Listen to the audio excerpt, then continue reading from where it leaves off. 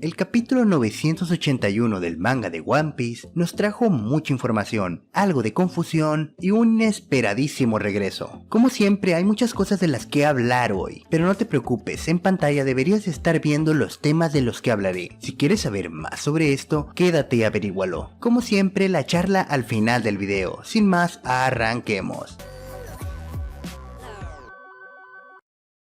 Probablemente el tema que más ha emocionado a todos en esta ocasión es la llegada del ex comandante de los piratas de Shirohige, Marco el Fénix, y por supuesto que hay mucho de lo que hablar sobre él, pero empecemos con algo más ligero y vamos subiendo poco a poco el tono. Comencemos con la aparición del Number Hacha, alias la Matilda. En cuanto a este personaje hay varios puntos a resaltar, pero lo primero es que en el capítulo 980, es decir, en el capítulo anterior, Matilda hizo su primera aparición, aunque fue solo en forma de sombra, a lo lejos y detrás de varios Gister. Como se puede ver en esa imagen, la sombra es muy similar a la de Matilda. Otro punto del que debemos hablar es de su apariencia ahora que se nos ha presentado oficialmente. Por lo que habíamos podido ver cuando se nos mostraron a todos los Numbers, aunque eran solo sus sombras, no se parecen en nada a cómo se ve Hacha. Este punto, aunque parece irrelevante, puede ser un punto de inflexión, pues no somos pocos los que especulábamos que los Numbers eran una nueva raza, que no se nos ha presentado todavía. Sin embargo, después de la presentación oficial de Matilda, me da a pensar que el grupo de los Numbers puede ser formado por diferentes especies. Digo, por decir algo, puede ser gigantes y gigantes ancestrales, así como lo era Ors. En el video anterior, Frank comentó que los Numbers podrían tratarse de gigantes que han comido frutas Smiley. Y aunque me suena interesante la idea, creo que de ser este el caso, no serían usuarios Smiley, más bien serían frutas Zoan, ya que si recordamos, cuando Den fue ejecutado, pudimos ver que mientras Kinemon y las vainas rojas escapaban, uno de los Numbers participó en su persecución, y hace 20 años no había Smileys. Así que bueno, ahí dejemos eso. Ahora pasemos a Appo. Pero antes de hablar de su habilidad, hay uno de los diálogos del Supernova que me resultó interesante y a la vez muy repetitivo por parte de Oda. Hablo de la parte donde Scratchenman Appo le dice a Kid que las alianzas piratas nunca tienen un buen final. No son pocas las veces que Oda ha usado a distintos personajes para decirnos que las alianzas piratas siempre terminan mal. Es curioso que Oda nos resalte esto, sobre todo ya que Luffy, como sabemos, se encuentra en una alianza con Law, y desde hace bastante tiempo. Con esto yo veo dos posibilidades. La primera es que al final Trafalgar D y Waterloo terminará traicionando a Luffy, cosa que me sentaría fatal, la verdad. La segunda, y lo que espero que sea el caso, es que Oda resalte el hecho de la traición en las alianzas para hacer ver que Luffy, con su gran carisma, incluso puede ganarse completamente a Trafalgar, para que este no lo traicione, y rompiendo así este patrón que vienen manejando las alianzas piratas. Y no te confundas, no estoy diciendo que Law terminará siendo un nakama de Luffy, cosa que me gustaría, pero no es el caso. Lo que digo es que acabarán en buenos términos su alianza. Bien, ahora sí, terminemos el tema Appo hablando de su habilidad. Killer nos ha revelado una información muy importante sobre la fruta de la rata Appo, y es que si no puedes escucharlo, no te puede dañar con ella, y se nos mostró una solución tan sencilla como taparse los oídos. Sinceramente me tomó por sorpresa. Yo pensaba que la fruta de Appo funcionaba de otra manera. Yo creía que causaba daño con las vibraciones que generaba al resonar los sonidos. Bien, me explico. Seguramente todos, o por lo menos muchos, hemos visto en alguna película o algo así un cantante de ópera rompiendo una copa de cristal solo con su voz. Y en realidad esto no es tanto así. No es el sonido sino la vibración que genera al resonar a la misma frecuencia. Mira, para que se rompa la copa primero tienen que hacer que la copa resuene a una frecuencia y luego el cantante trata de igualar la frecuencia con su voz para así lograr el objetivo de romperla. Bueno, volviendo al tema, yo pensé que esa era la esencia detrás de la fruta de Apo, pero al parecer no, o tal vez sí, pero no sé. Lo que es seguro es que una vez descubierta esta debilidad en su fruta, será mucho más sencillo tratar con el Supernova. Alguien comentó en un video anterior que el counter perfecto de Apo sería el usuario de la fruta de corazón, digo Rocinante. Creo que la persona que comentó esto era Agente Dan, discúlpame si no es así. Y sí, en efecto, con esa fruta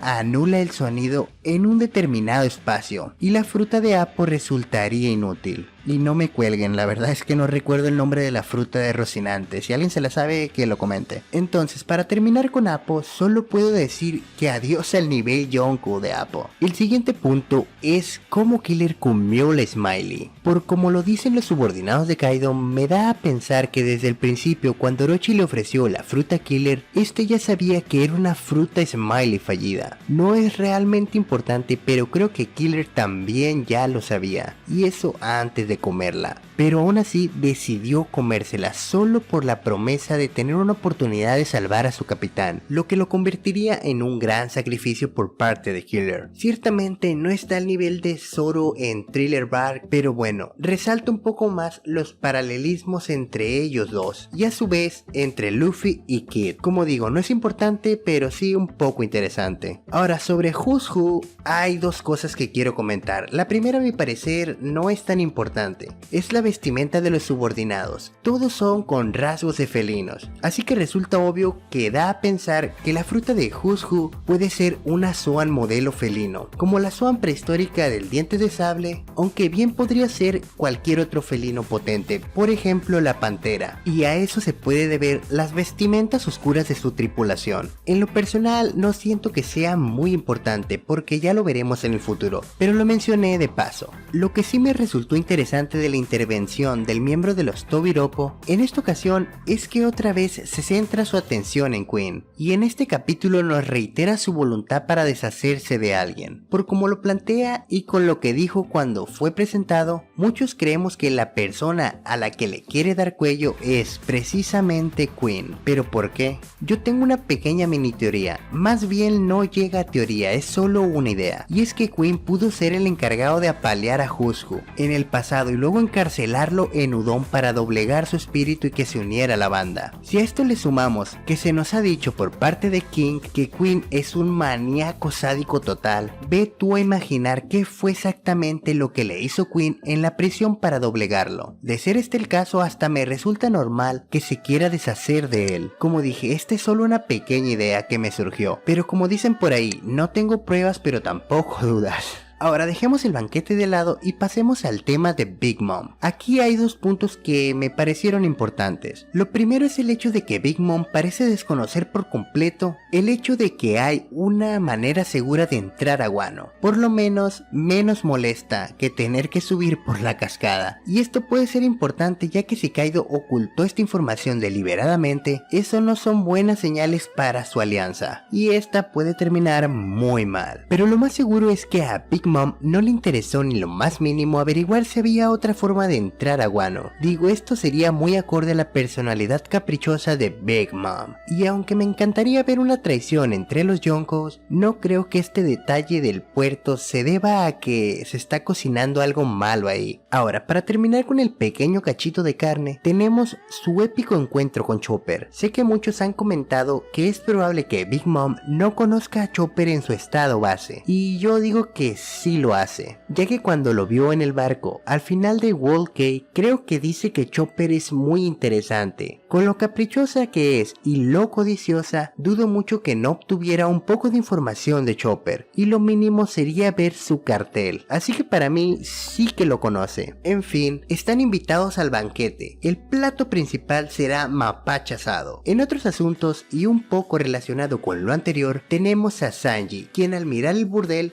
va directo a él, y poco después lo vemos salir tan deprimido como cuando vio a Kokoro en su forma de sirena. Y para esto yo solo te voy a decir una cosa, y tú decide qué pensar. Dentro del burdel se encontraba Big Mom con muy poca ropa, y eso si somos optimistas, ya que parecía que no llevaba nada encima. Para terminar con esta parte de la alianza, tenemos el detalle de que las féminas del grupo deciden partir por su propia cuenta para rescatar a Momonosuke. Llámenme loco, pero siento que entre las tres fácilmente pueden encargarse de Kanjuro, sobre todo si añadimos la forma Sulong de Carrot. Así que ojo ahí, muchos esperamos que a Kanjuro lo terminara uno de las vainas rojas, aunque siempre está la posibilidad de que Kanjuro logre escapar de ellas tres, o incluso que no lo encuentren y este llegue a donde está Orochi antes de eso. Entonces entremos a la recta final del capítulo. Tenemos a los pequeños niños inocentes de Big Mom, que son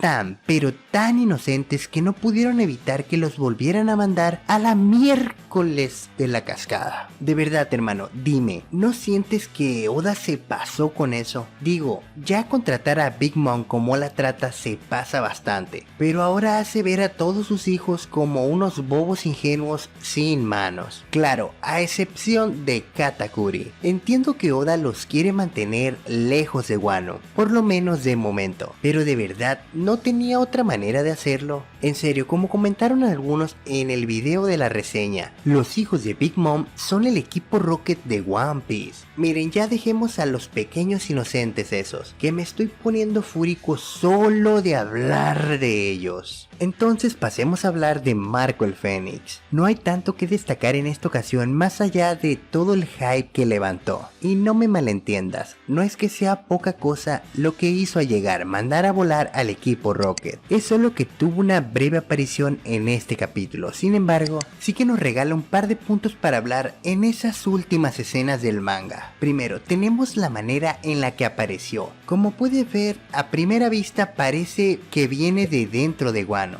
lo que resulta chocante ya que se supone que venía con Nekomamushi. Se me ocurren dos posibles explicaciones para esto. La primera es que está viajando en un barco diferente al de Nekomamushi, es decir que vienen en dos barcos y Marco iba un poco por delante de Neko. Y la segunda es que sí venían juntos, pero Marco voló para verificar que no hubiera enemigos en la cima de la cascada esperándolos, a ellos o a cualquier intruso, y estos los tomaran por sorpresa, lo que coincidiría muy bien con el hecho de que el barco de Neko subiera justo cuando derriban el barco de Big Mom. Digo, si Marco usó un Dendenmuchi para informarles que era seguro subir, resulta normal que estos ya estuvieran de camino. Y cuando Marco volvió a esperar a que subieran la cascada, se topó con el equipo Rocket y los mandó a volar hasta su casa en el proceso. La primera opción me gustaría más, porque de venir en dos barcos quiere decir que veremos más aliados, posiblemente más comandantes de Shiro y nakamas de Oden. Ahora, en cuanto a lo que dice Marco sobre el cambio de eras, no sé tú, pero se me hace que está demasiado confiado. Digo, se están enfrentando a dos Yonkos. Si resulta que al final los vencen fácilmente, sería muy pero muy decepcionante. Pero una pelea desesperada, algo así como una fusión de la pelea de Rob Lucci vs Luffy y la pelea de los Mugiwaras vs Zoro.